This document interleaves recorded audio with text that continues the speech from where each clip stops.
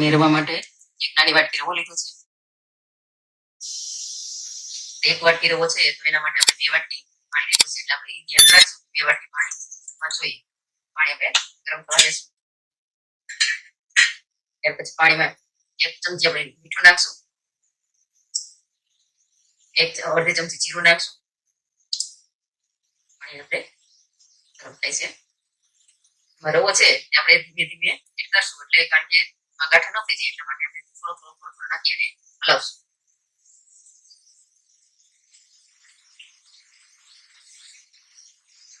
ધીમે ધીમે આપણે હલાવતા રહેશું એટલે એની અંદર ગાંઠા ન પડે ખાસ આપણે ધ્યાન રાખશું.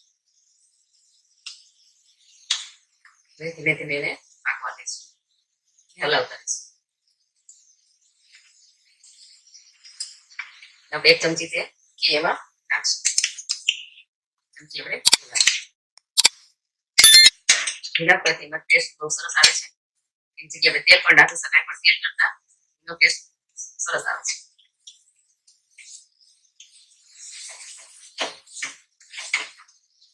સરસ હવે એકદમ સરસ પેન મૂકી દે છે. સરસ હવે આપણે ગેસ બંધ કરી અને નીચે ઠંડુ કરવા મૂકી દઈશું. ગેસમાં તે ઠંડુ કરવા મૂકી દઈશું. આપણે થોડી વાર ઠંડુ થવા દઈએ, એક બાજુ આપણે મૂકી દઈશું. આપણે એમાં નાખવા માટે 2 બટેટા લીધા છે. 2 બટેટાને આપણે હવે બાફી લઈશું.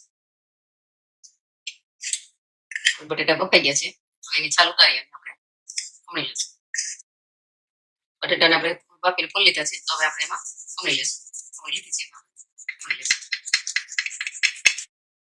બટેટું ખમણી સરસ તૈયાર થઈ ગયું છે. હવે આપણે એમાં આવામાં આપણે મિક્સ કરી લઈશું. ઠંડુ છે ત્યાં બધું આપણે નાખી દઈશું. બટેટું નાખશું.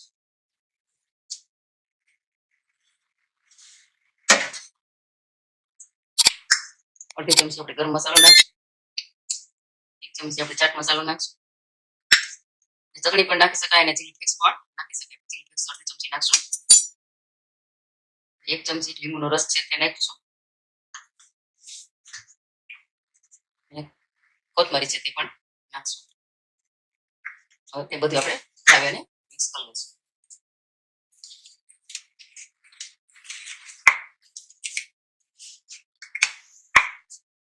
આપણે 4 ચમચી મેંદાનો લોટ આપણે આમાં નાખશું. કોર્નફ્લોર પણ નાખી શકાય, મેંદાનો લોટ પણ નાખી શકાય. આપણે અહીંયા મેંદાનો લોટ લીધો છે. બરાબર આપણે મિક્સને કરી લઈશું. 1 ચમચી તેલ પણ આમાં આપણે નાખશું. બધું આપણે મિક્સ કરી લઈશું. ત્યાર પછી આપણે એમાંથી ટીકી બનાવીશું. બધું સરસ મિક્સ થઈ ગયું છે તો આપણે હવે તેલમાં રાત કરશું. રાતમાં ન છે ચોટે એટલા માટે આપણે સરસ તેલમાં રાત કરીશું. વધારે પડતું તેલ કરવાથી ચીપકે નહીં એટલા માટે આપણે રાત કરીશું.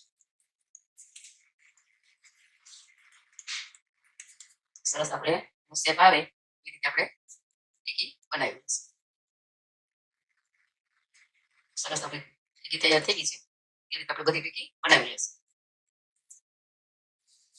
ખાસ તો બધા બનાવી લીધા છે તો આપણે હવે એને પેનમાં તેલ મૂક્યું છે. ગરમ તેલ થઈ જાય એટલે એમાં તળવા મૂકી દઈશું. સરસ તેલ મુકાઈ ગયું છે. જોઈએ તો તેલ ગરમ થઈ ગયું છે તો આપણે હવે એમાં આપણે કોઈ એકદમ તેલ આવે માંગીએ છીએ આપણે તળશું એટલે સરસ બબલ્સ થાય છે એટલે આપણે એમાં તળવા દઈશું.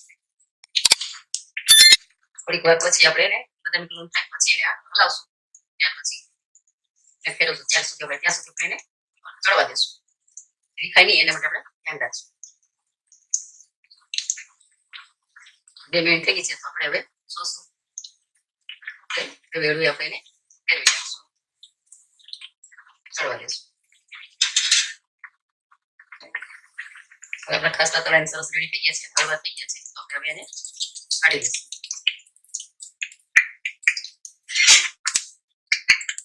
તેલમાં નીચે ડીશમાં તેલ નીતરવા દઈશું. આપણે ચટ તૈયાર કરી લીધું છે. એના માટે આપણે દહીં લીધું છે. દહીં છે તે પણ આપણે હલાવીને સરસ બનાવ્યું છે અને એમાં ખાંડ આપણે નાખી દીધી છે. આપણે એમાં તળેલી ખાંડ આપણે નાખી છે એટલે સરસ મિક્સ થઈ જાય. આપણે હવે દહીં નાખશું.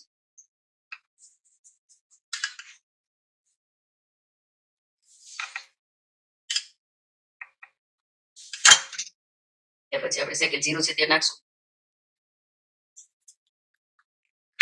ચાટ મસાલો છે તે આપણે નાખશું. દાડમના દાણા લીધા છે તે આપણે નાખશું.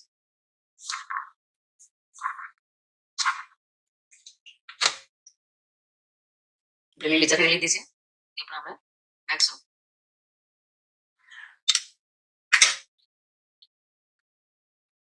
મીઠી ચટણી છે તે પણ આપણે નાખશું.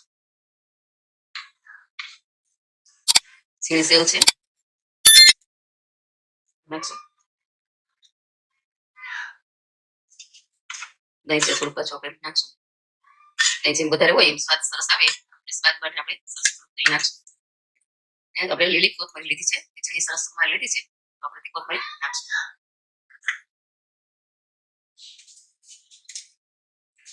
સરસ સેવ નાખીએ તો ઝીણી સેવ છે એટલે સરસ એનો ટેસ્ટ બહુ સરસ આવે એટલા માટે આપણે સેવનો ઉપયોગ વધારે કરશું. દાડમના દાણાથી સરસ મીઠો સ્વાદ આવે એટલા માટે આપણે દાડમના દાણાનો ઉપયોગ કરશું. આપણા ચાટ તૈયાર થઈ ગયો છે. તમે પણ આવો સરસ મજાનો ચાટ બનાવજો અને જણાવજો. તમને ગમે લાઈક કરજો, શેર કરજો અને સબસ્ક્રાઈબ પણ કરજો.